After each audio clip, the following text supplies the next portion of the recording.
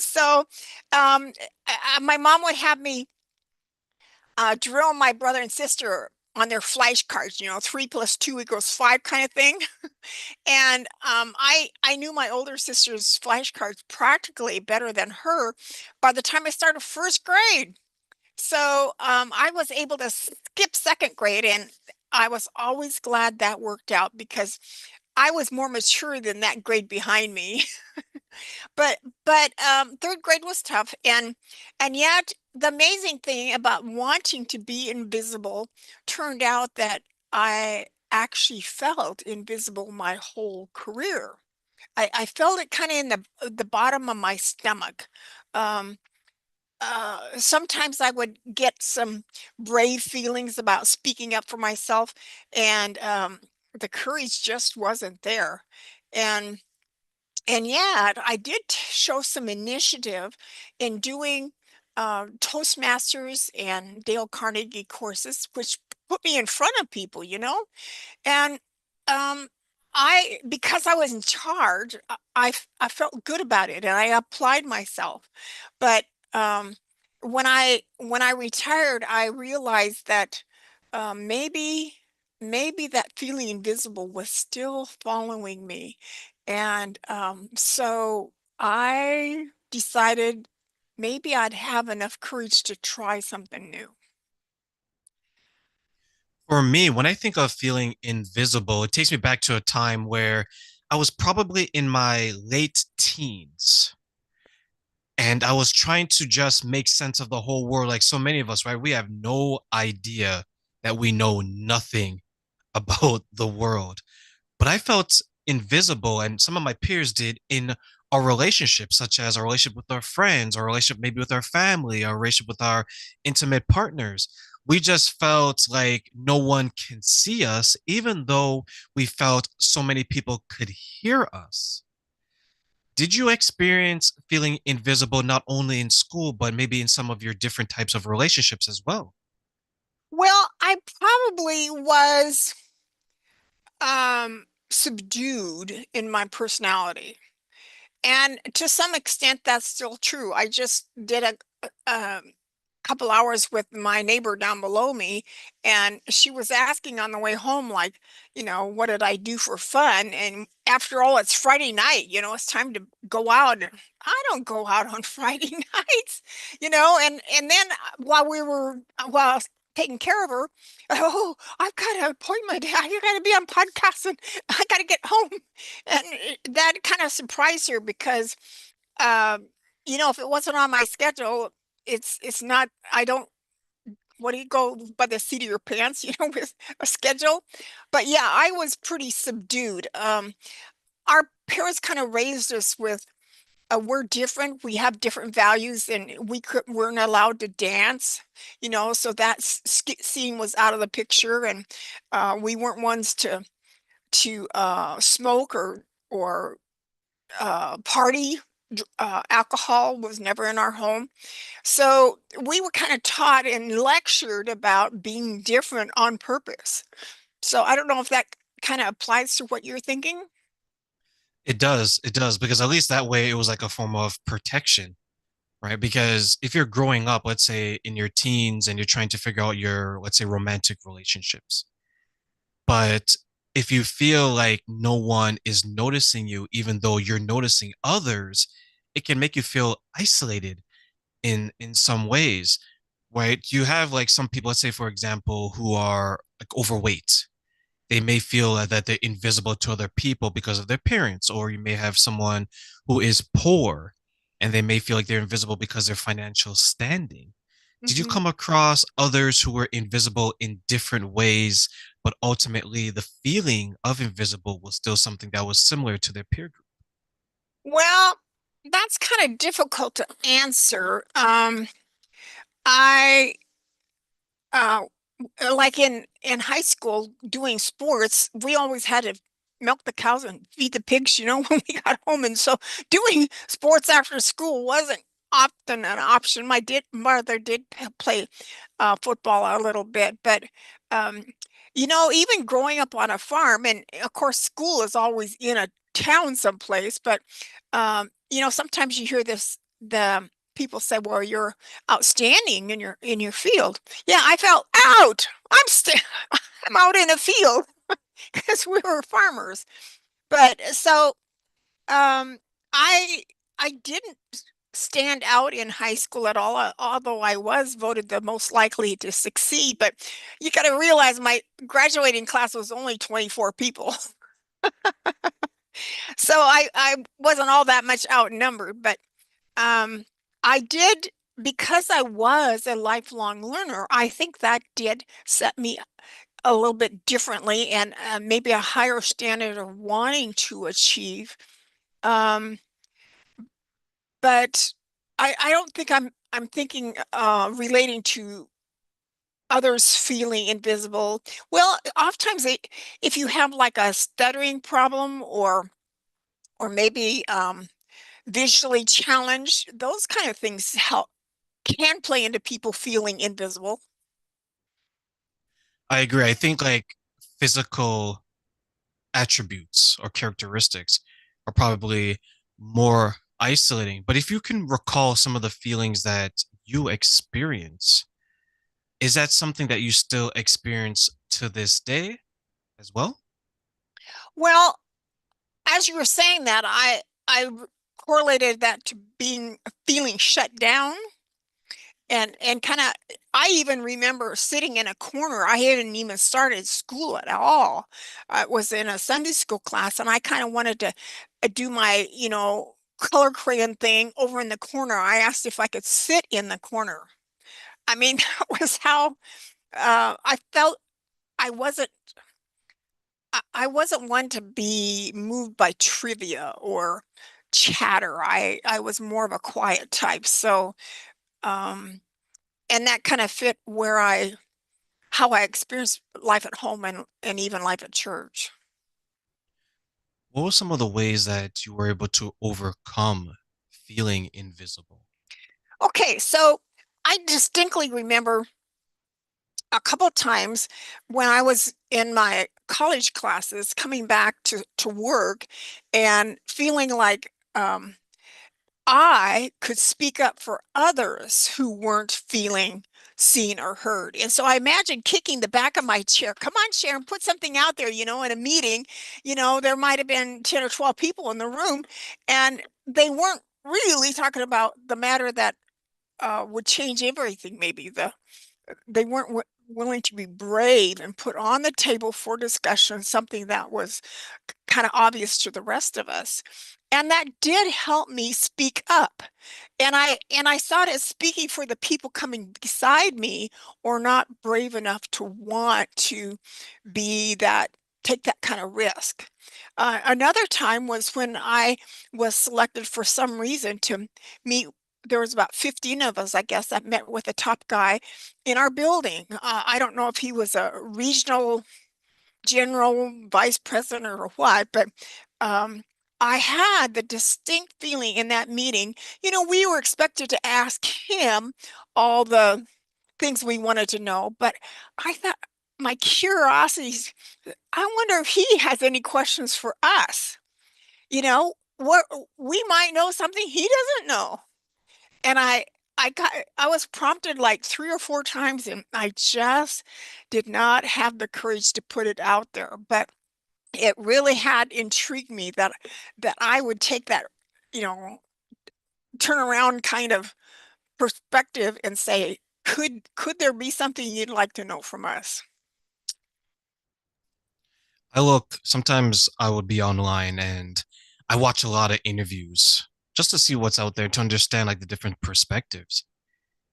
I hear so many people share their story where they feel like they're just walking through life and no one sees them.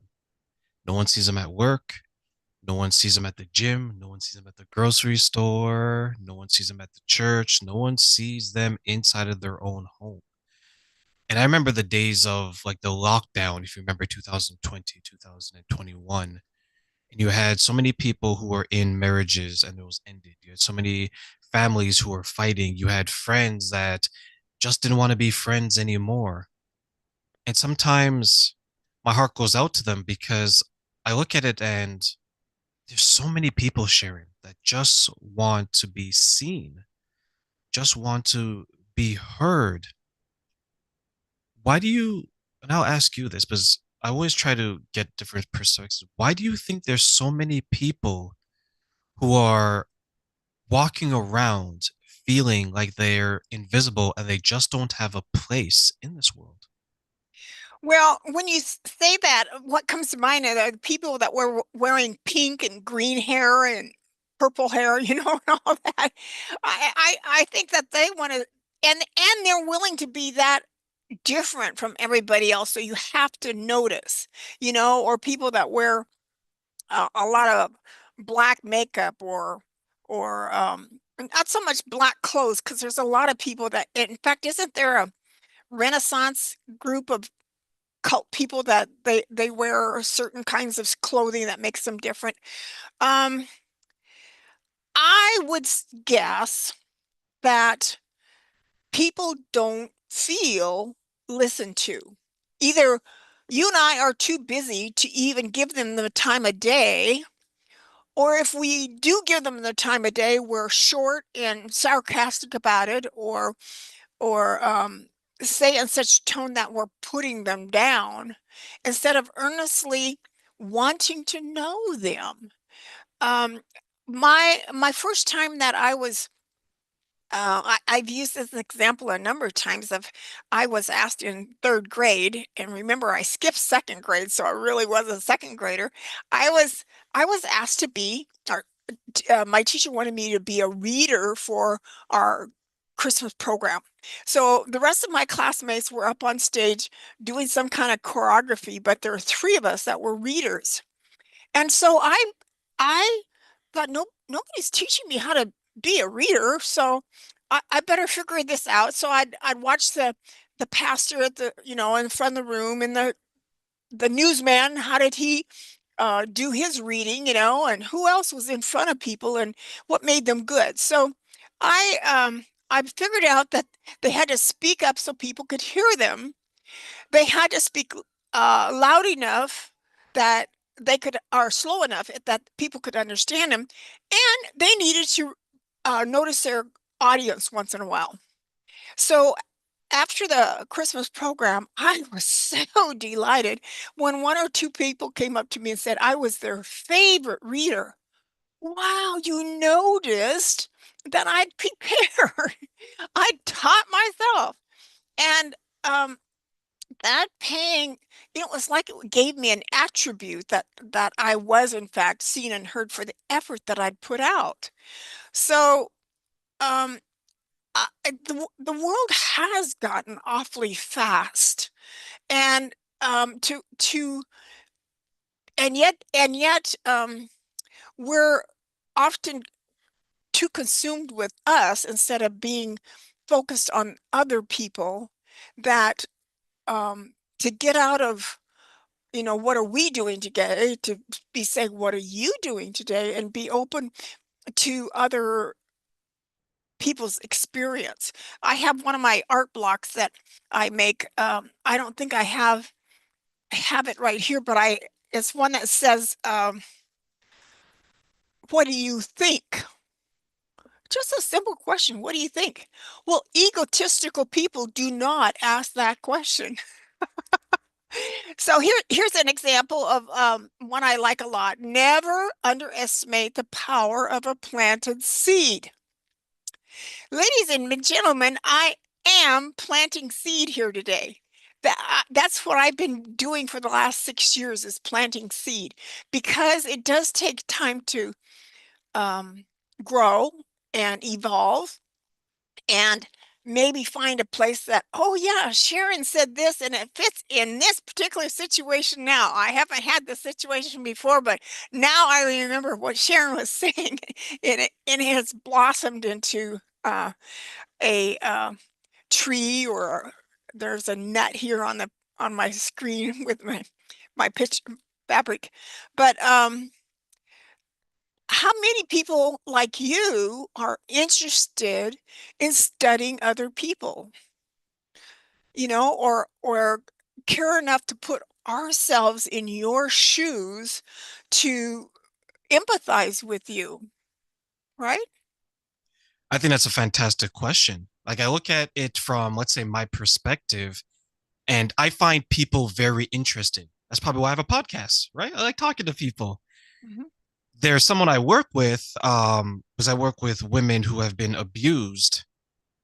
And when I'm working with her, she had a hard time understanding why, when she says hello to people, they don't respond back. And Mm. because she wasn't getting a hello back, she felt very isolated. She felt very alone. She felt very invisible. And I think maybe years ago, people maybe attribute feeling invisible to how they looked. Now it's on like a social level. Like, how many times do we hear that the cleaner, the janitor gets treated a certain way versus the CEO who gets treated a different way? The CEO, the manager, the banker, the government job, the president, they get treated a lot differently than the average person. They're very visible. You know who they are. The barista, how many people know the barista's name? How many people know the janitor's name? How many people have asked the janitor, hey, how are you doing today? So I wonder if it's more so we're feeling invisible because, to your point, we just don't have the time to care enough about the average person because we've allocated our time not only on ourselves, but to maybe those who are famous and are celebrity in nature who really don't need our time because they don't even care about us as well.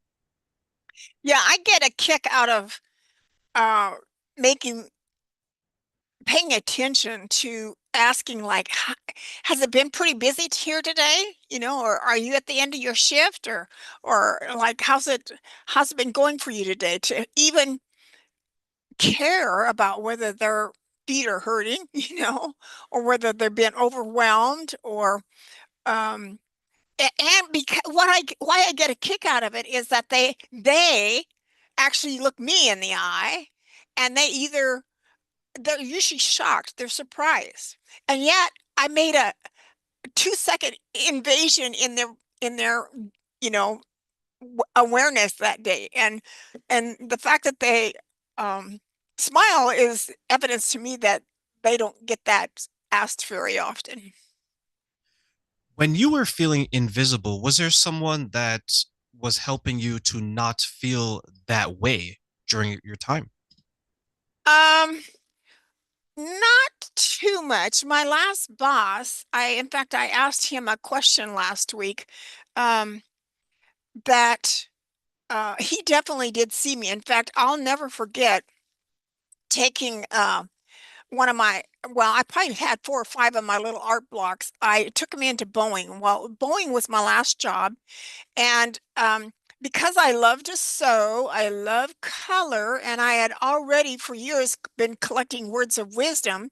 I I took him into my boss's office, totally uh, off the cuff kind of question, saying, "Do you think there might be a place for art in Boeing?" And in our work group is, perhaps especially. And his response by the time I left his office was basically giving me license to try and see. He did not stop me. He did not ridicule me. He he asked a couple interesting questions, and in fact, there was a event coming up in about 3 or 4 weeks where there was going to be a display out on the production floor for um, promoting people to attend employee involvement meetings. And it was a type of meeting that you could choose to go or not go.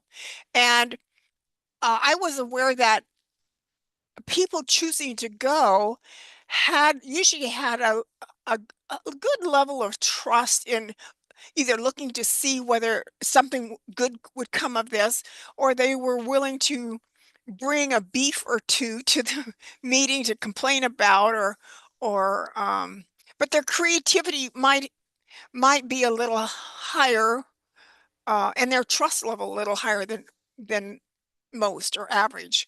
And so I actually um, was able to make some of my art blocks specifically around trust. And at the time, I think I was reading Seven Habits of Highly Effective People. Um, no, maybe by that time I'd already read that book, but they talk about trust in that a lot. So um, I was able to blow these pictures of my art blocks up into big banners, big posters.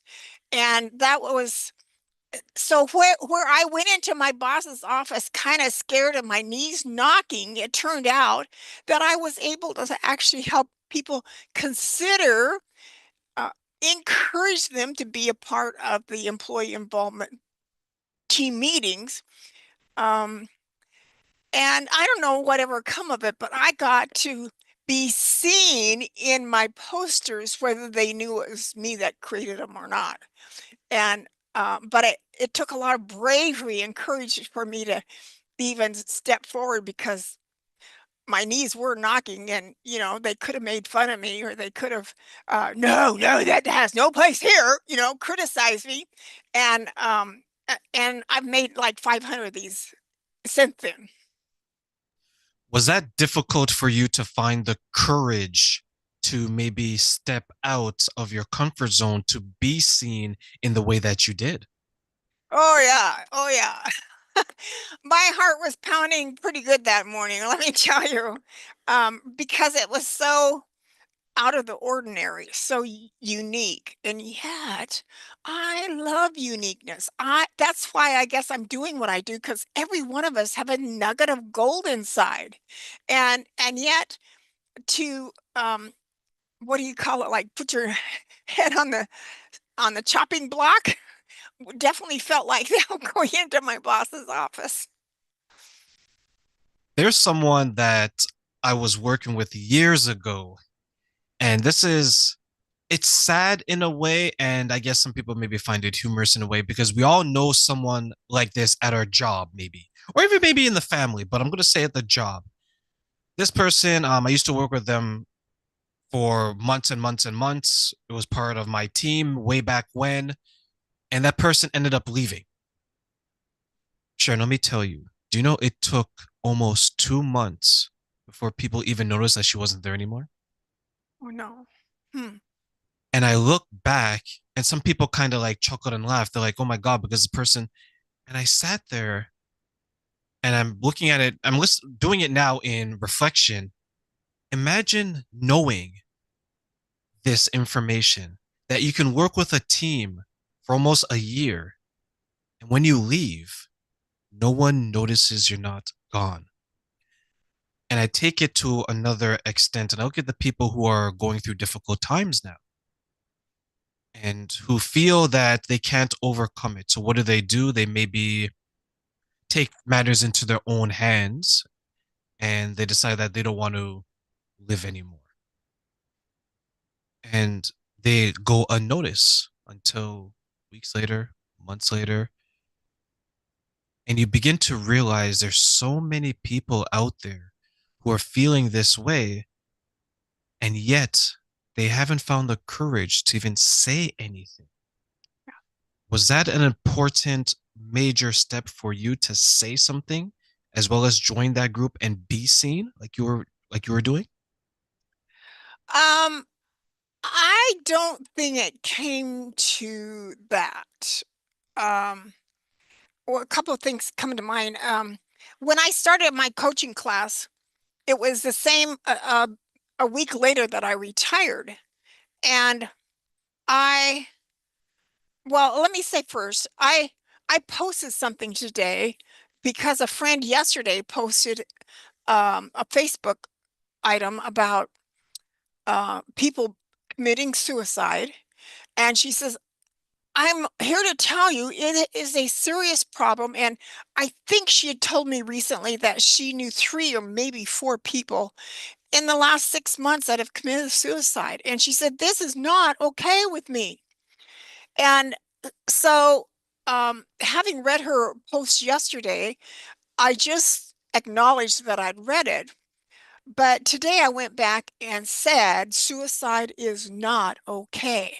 You haven't found a place to fit in, to matter, or to make a difference, and I can help you. And the courage to even speak up and tell your truth, your authentic truth. Somehow I've always had a sense of authenticity from I think from a very young age, and yet that's exactly what we the courage to speak your truth is seriously um, important. I'm leading a loneliness to resilience group right now. We've been talking about how hard it is to ask for help or to speak your truth. How many times could these people have been slapped across the room as kids and, speak, don't, you, um, you got to be silent and only speak when you're spoken to and that kind of thing, or parents are alcoholic and they call you all kinds of names. Well, yeah, you learn to sit in the corner and shut up, there's and yet we're working alongside people that are still living in those scared moments of a frightened child. And that's another thing we've been talking about is how significant trauma is in our personality, in our physical well-being or not well-being, and being authentically present, aware, and courageous to say your truth is um, challenges all of us. But the second story about having retired, I I went into class that first day knowing that the very next weekend I was going to be attending my good friend's birthday party. And I got courageous enough to write her before, I think it was just even the night before starting class, that I would probably wear a hat to her birthday party and just wanted you to know. And she wrote back and said, well, yeah, I'd probably be just you. Oh, wait a minute. My sister will probably wear a hat too. And it almost seemed like she was teasing me or chuckling with me a little bit. But my instructors, when I told them that story of writing that email, they invited me to bring the hat in the next day. Really? So this is the hat I wore. Oop, can't fit it over. There we go. Um, and the amazing thing, instead of just wearing one hat, I decided to take in 4 or 5 hats. And so every time we had a break, I'd put on a different hat.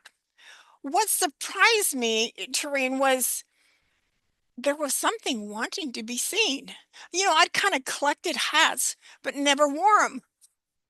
What is that about, Um, and so I played with it that next day with every time we had a break, I'd put on another hat for a couple minutes.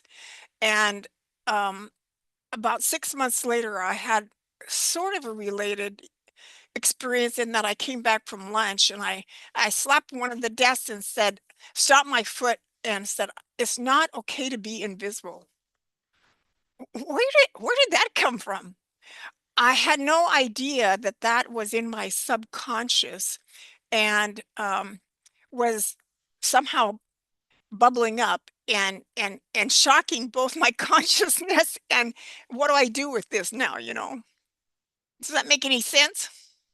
It does. It takes me back to an article I read about children because costume appearance has such an impact on our lives, right? Like you wore that hat and you're like, okay, let me wear a couple more.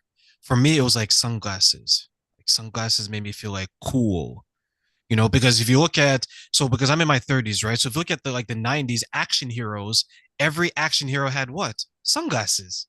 So it made them feel like strong and powerful. So it reminds me of the article I read where children, if you allow them to wear a cape or dress up as a superhero, they're more confident, they're less stressful, they feel they accomplish more. So it's truly amazing what an outfit, an article of clothing, an accessory can do for the mind because how many times throughout your day you see someone wear something nice and you're like, oh, Sharon, you know what? I like that hat. You went from feeling maybe not seen, not heard, to now something stands out about you. So the next day, what do? Well, maybe wear another hat Hmm. because you begin to realize your closet are full of things that are going to get you noticeable. When you're helping people understand how isolating feeling invisible can be, but how rewarding coming out of that is. Do you see part of yourself in the journey of others? Hmm. I don't think I've seen it quite that way before. And yet, um, I'm I'm always, well, one of my blocks, I know it's here. Yeah, vulnerability. Um, to me, standing out and being different takes so much courage. And it's courage because a lot of people are not willing to be vulnerable. Let me take this out of the plastic. Vulnerability to me is when I'm willing to be vulnerable, like wear pink hair, and for you to see me, I'm giving you an invitation to also be different and seen and live to tell about it. So, um, being vulnerable to me, and this is a definition of Brene Brown, the willingness to show up and be seen without any guarantee of the outcome. So when I went into my boss's office with this artwork, I was willing to show up and be seen. And the outcome was left to how they wanted to react to me. It was now their choice. And um, uniqueness, even though I love uniqueness, I know it takes a lot of inspiration and courage for people to, yeah, I'm different. And in fact, you might even like how I'm different. There's that nugget of gold. I might shine in a way that nobody's ever shown before. I'll never forget a something on a art program. It could have been the Lincoln Center um, program or what, but this lady was in a wheelchair and she had a big long piece of uh, netting or sheer fabric that she was using to swirl in the air and dance around while she was in her wheelchair. And I loved how unique that was. Somebody was kind of assisting with in the flow of the garment or the fabric and the artistic expression of it. But I thought somebody's finally telling her it's okay to be artistic and dance in a wheelchair and to give each of us a chance to be seen in all of our uniqueness. I celebrate the day that that comes true and natural for everyone. I'm glad you mentioned that because there's those who have a physical disability that just by the nature of their disability, they feel invisible and unseen. And I think feeling invisible and feeling neglected go hand in hand. And it's tough. It is very, very tough for those to sit back because for me, I'm on the outside looking in a lot of ways. And it could be something as saying that, well, I understand. But if you truly understand, are you going to try to be part of the solution? And are you going to try to not make people feel that way? I look at as when I used to live in the downtown city and I was that annoying person where I would say hi to everyone. It didn't bother me. If you don't say hi, you don't say hi. But I couldn't imagine going an entire day without one person saying something to me because I would feel like my day is incomplete. Human beings are such beautifully designed that we need this types of conversation, right? Mhm. We need that companionship. What do you think are some of the obstacles that some people face when it comes to maybe helping others not feel invisible? Well, not feeling invisible. One, I remember when I was driving Lyft for a year, and since I retired, and I had maybe five or six people who wouldn't even say hi, but they don't know what they're missing. I'm a fun person to talk to. And if you're gonna get your nose in your cell phone the whole time we're on our little ride, then I feel sorry for you. I actually have had three or four people shake my hand as they left my car because they so appreciated our conversation. We had time for each other. We could pull each other's knowledge and experience and relate to one another while we're going someplace. And so that's kind of two sides of that. Um, being well, and another thing that crossed my mind was good salespeople seems like they've been taught to compliment everybody on something. Either the hat we're wearing, using that for example, or I like your jewelry, or I like the pink hair you're wearing today, or your earrings. It's and how that changes the conversation just in the slightest way to be aware that they saw my necklace. It registered with them. I registered with them. And how that most likely breaks the ice for now relating on another level, perhaps more connection. Do you find that maybe after they're experiencing that they feel loneliness? Because I know you touched on that and you touched on how that can be just as heartbreaking when someone's trying to come out of that. It's the person that goes to the party and they feel alone, even though there's so many people there, right? Just because they feel a sense of loneliness because maybe it's not their crowd. Maybe they just don't have the confidence. How does someone find their purpose and maybe their potential to help them get out of that type of situation? Well, in fact, something like that happened to me on a cruise here at the end of September. I was supposed to have a roommate and I didn't. And so I was feeling lonely. I liked the feeling the first day or two because I needed some extra sleep. I had only had 3, 4 hours of sleep over the last couple nights. And so thank you. I'll take advantage of this not having a roommate.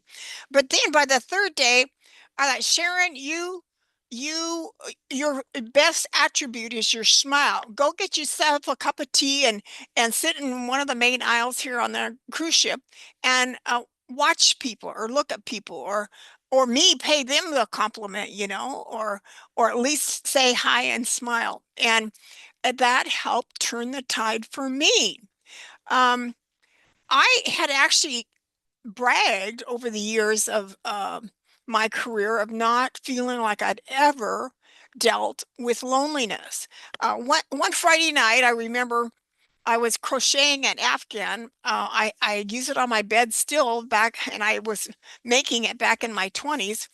And there was a critical voice that came to me while I was Friday night, Sharon, you should be out there socializing. You should be at a bar, or dance club or something.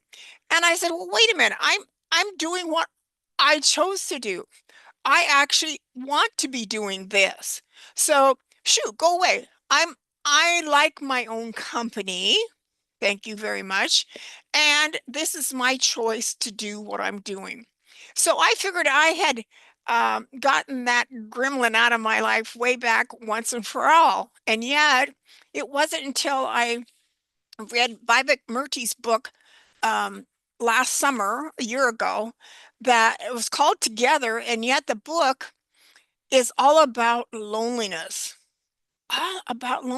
all kinds of loneliness that comes with being different or not knowing the language or uh, being too weird to speak up of how you are unique.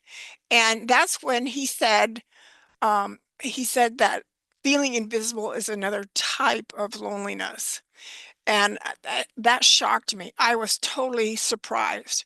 So that's why I stepped up to, in fact, host a loneliness to resilience community to help people others talk about loneliness.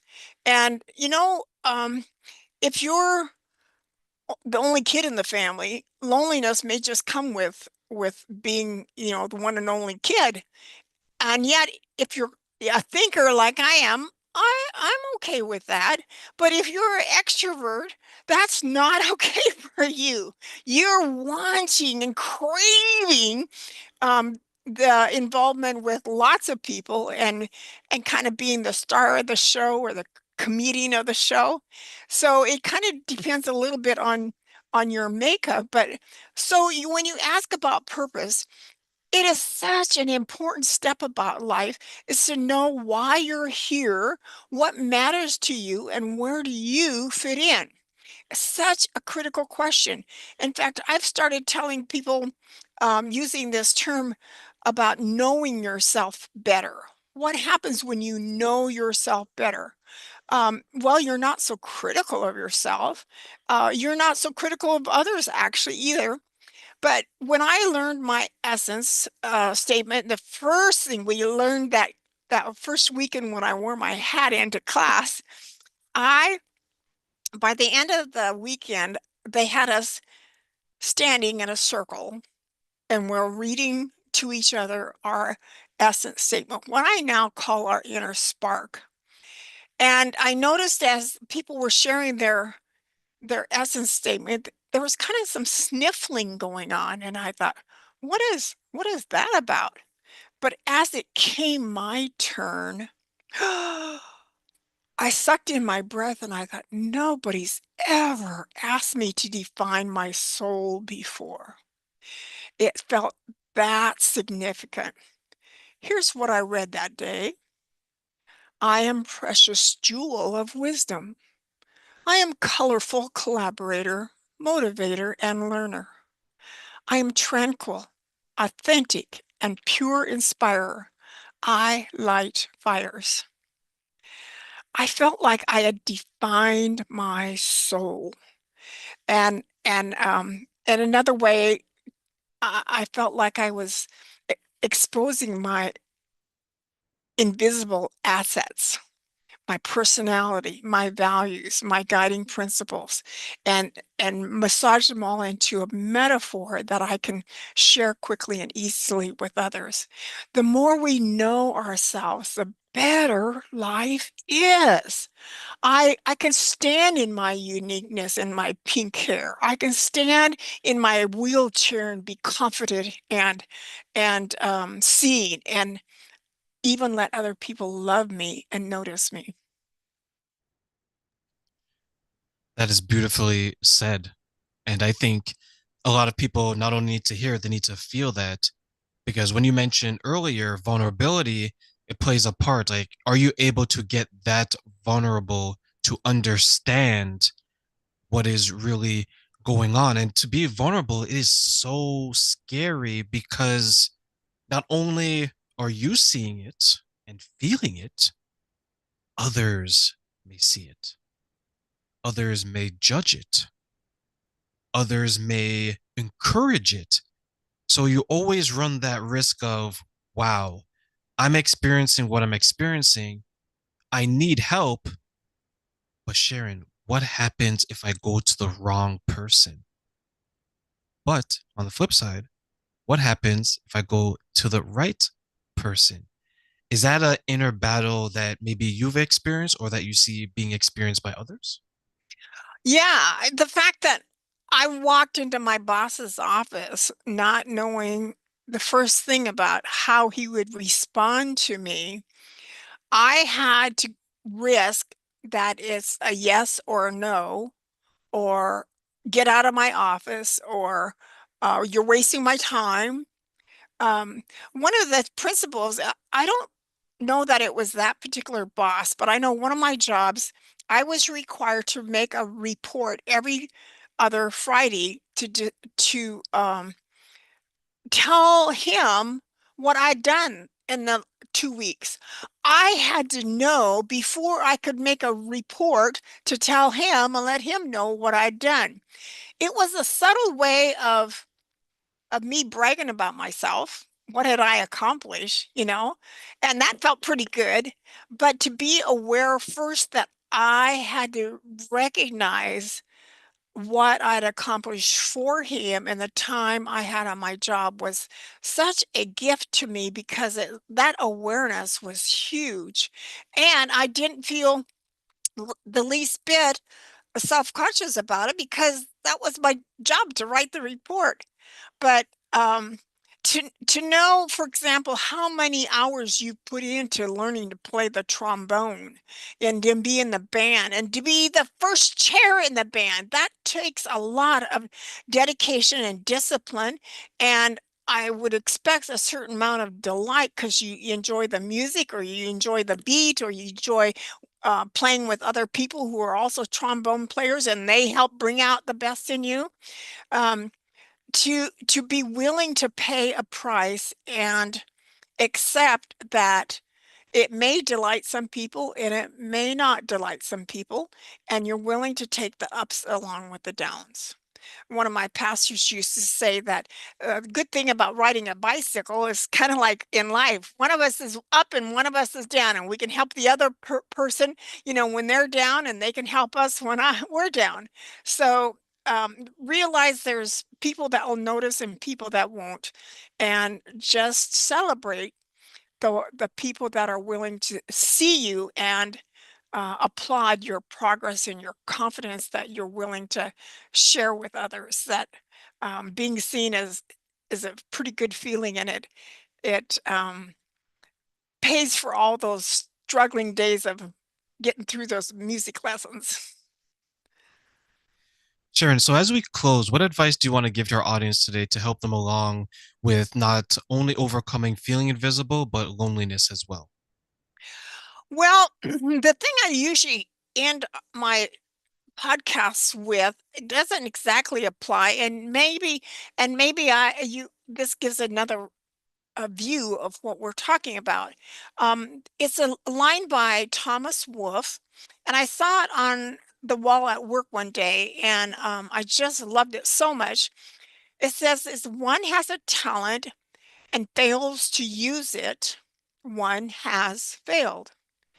If one has a talent and finds partially uses it, one has partially failed. They've lost confidence maybe and they need some encouragement. If one has a talent and finds somehow to use the whole of it, they have gloriously succeeded and won a satisfaction few people ever know." One of the lines that I say a lot in what I'm doing is, "I'm the one who stops me." If practicing the trombone is not something you know, that you take to, you decide to stop. But if you like it so much that you're willing to keep practicing no matter what people say or think, you decide what stops you. So I feel like every one of us has a nugget of talent and uniqueness inside of you that's wanting to be expressed. It's part of your destiny. And that when you express it, the joy and the amazement that happens is feels a little bit like heaven on earth. It does for me, and to know that I'm doing what I'm here for, therefore I'm the one that stops me or not, is such a amazing feeling that I'm doing what I'm meant to do. And that kind of feels like a purpose and that I'm uh, fitting in somewhere, that I matter, and that showing up and being seen is um, what it's all about. That I put myself out there and wait. In some ways, I'm waiting for the culture to catch up with me. I've felt like a pioneer somewhat, and yet we need pioneers to help change the world and show us another